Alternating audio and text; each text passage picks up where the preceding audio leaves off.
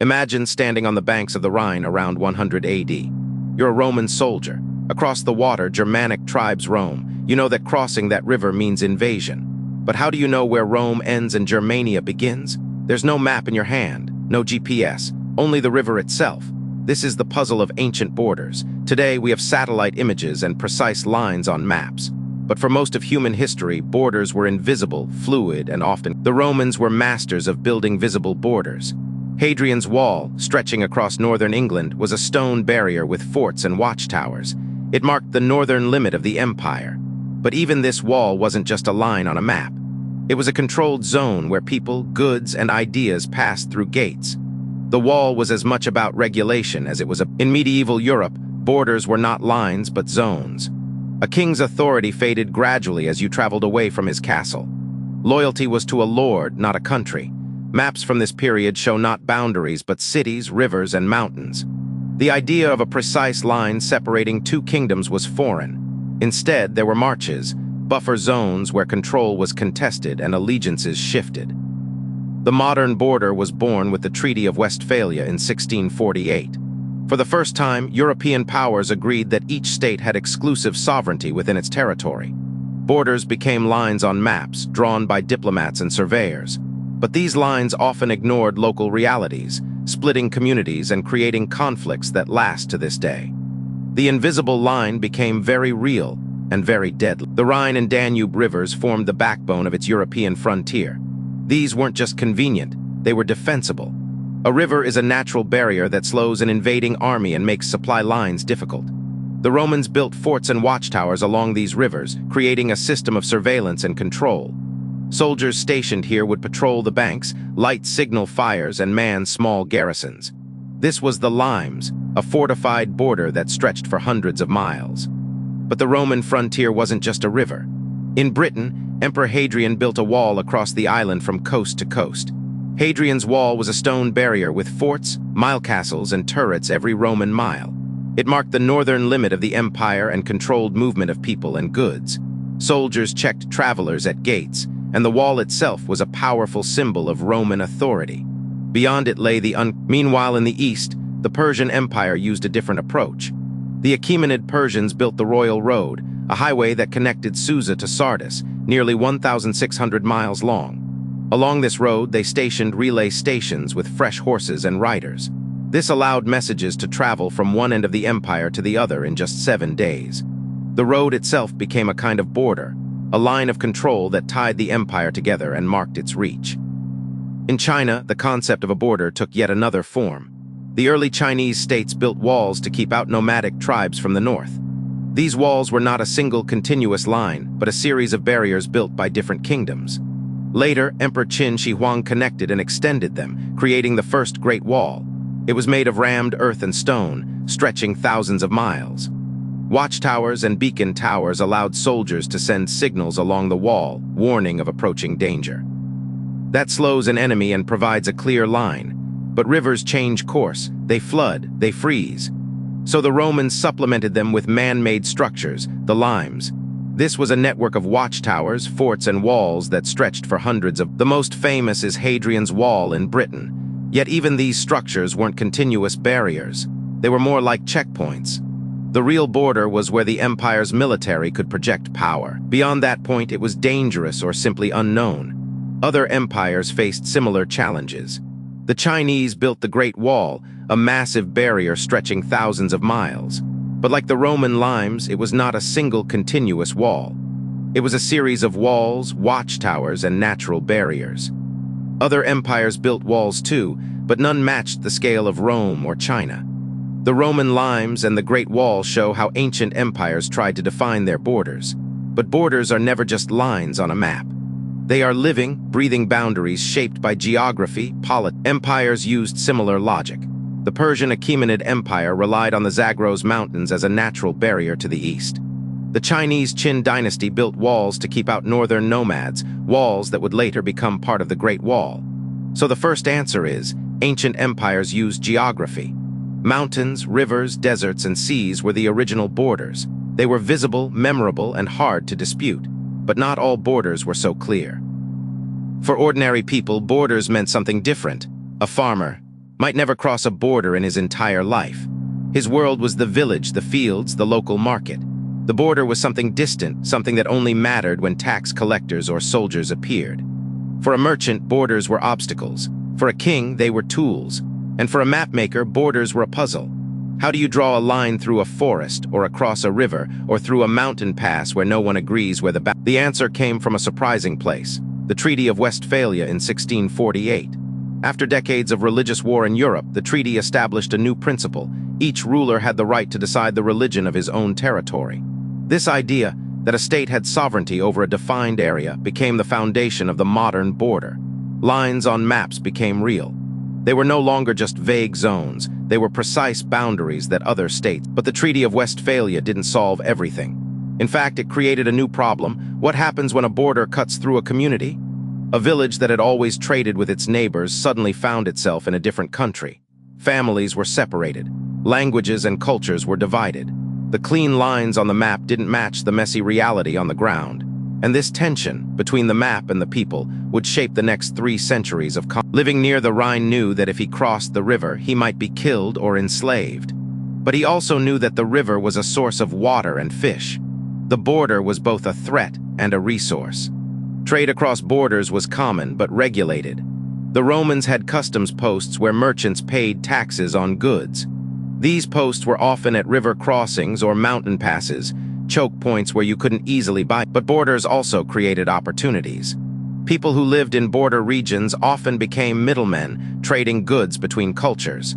They knew both languages, and borders were not just lines on a map. They were living, breathing spaces where people negotiated their survival every day. Frontier zones often became bilingual, acting as interpreters and middlemen. They knew both sides and profited from the contact. Yet life on the border was dangerous. Raids were common. The Roman historian Tacitus wrote about Germanic tribes crossing the Rhine in winter when it froze, catching Roman garrisons off guard. The border was a place of constant tension. This human reality shaped how empires thought about borders. They weren't abstract lines, they were lived experiences. How did this tension affect the people living there? And how did it change the way borders were drawn? Do we know all this? Archaeologists have found physical evidence of ancient borders. The Roman limes left traces of walls, ditches, and forts that can still be seen today. In Germany, sections of the limes have been reconstructed, but borders also appear in ancient texts. The Roman historian Strabo described the boundaries of provinces. The Chinese records of the Grand Historian mention the walls built by the Qin. These texts give us names and locations. One of the most famous border markers is the Antonine Wall in Scotland. Built by the Romans in the 2nd century AD, it marked the northern limit of the empire in Britain. Stretching 60 kilometers, it was a turf rampart on a stone foundation, with forts every 2 miles. Today, only low earthworks remain, but they still trace the line of empire. In the Middle Ages, borders were often marked by natural features like rivers and mountains. But as kingdoms grew, they built fortifications. The Great Wall of China is the most massive example. Stretching over 21,000 kilometers, it was built over centuries to protect Chinese states from nomadic incursions. It is not a single wall, but a series of walls, watchtowers, and fortresses. The Berlin Wall. Erected in 1961, it divided East and West Berlin for 28 years. It was not just one wall, but 2, with a death strip in between. The wall fell in 1989, becoming a symbol of the end of the Cold War. Today, fragments of the wall are preserved as memorials, reminding us that borders can be both physical and ideological.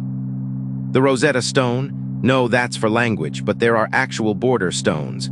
The Romans set up termini, stone markers inscribed with the names of emperors and the date. Some still stand. In China, the Great Wall is the most obvious border marker. But it wasn't a single wall. It was a series of walls built over centuries. The earliest sections date to the 7th century BC, long before the Qin unification. These discoveries show that ancient borders were not just ideas. They were built. From stone markers to massive walls, ancient peoples left physical traces of their boundaries. These remnants tell us that borders were as real then as they are, but they were also negotiated. And that brings us to the role of treaties and diplomacy. When 2 empires agreed on a border, they often signed treaties. One of the earliest known border treaties is between the Hittite Empire and Egypt around 1259 BC. It defined the border in modern-day Syria. The treaty used geographic features. The boundary shall be at the river Orontes, but it also included clauses about extradition of refugees. Borders were about people. The Romans were masters of border management. They built walls, forts, and roads to mark and defend their frontiers. The most famous is Hadrian's Wall in Britain, built around 122 AD. It stretched 73 miles across the island, but the wall wasn't just a barrier. It had gates where people could pass, and soldiers collected taxes on goods. The Romans understood that a border must control movement, not stop it entirely. But borders could also be invisible. In medieval Europe, borders were often fuzzy. A king's authority might fade gradually over distance.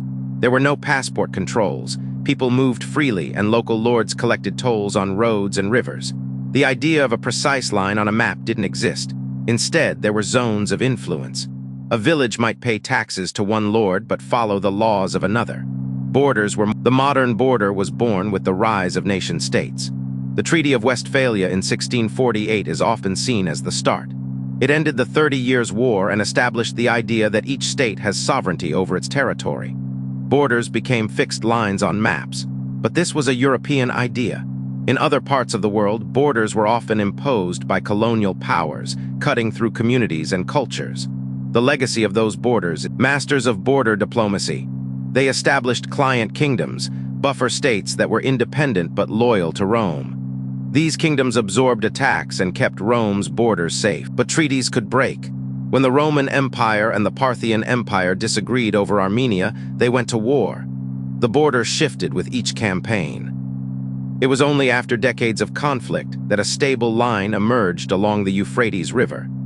These treaties were often recorded on bronze tablets or stone stelae, set up at the border itself. These border markers stood as permanent reminders of the agreement, visible to all who passed. The Euphrates became a natural and political frontier between two great empires. They served as permanent reminders of the agreement. Anyone who could read would know where the line was, but borders are only as strong as the power behind them. When an empire weakened, its borders collapsed. The Roman Empire faced increasing pressure from Germanic tribes in the 3rd and 4th centuries AD. In 376 AD, the Goths crossed the Danube en masse, fleeing the Huns. The Roman emperor allowed them in, but the situation spiraled out of control. The border became meaningless. The Battle of Adrianople in 378 AD was a disaster for Rome. The Goths defeated the Roman army and killed the emperor. The Danube border was no longer secure. This pattern repeated across history. The Han dynasty in China faced similar problems with the Xiongnu nomads. The Great Wall was breached multiple times. Borders required constant military investment. When an empire expanded too quickly, its borders became overstretched. The Roman Empire under Trajan reached its greatest extent, but holding those borders proved impossible. His successor Hadrian pulled back.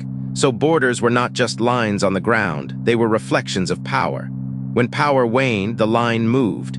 This is why ancient borders were But here's the twist. Not all ancient borders were physical. Some were cultural or religious.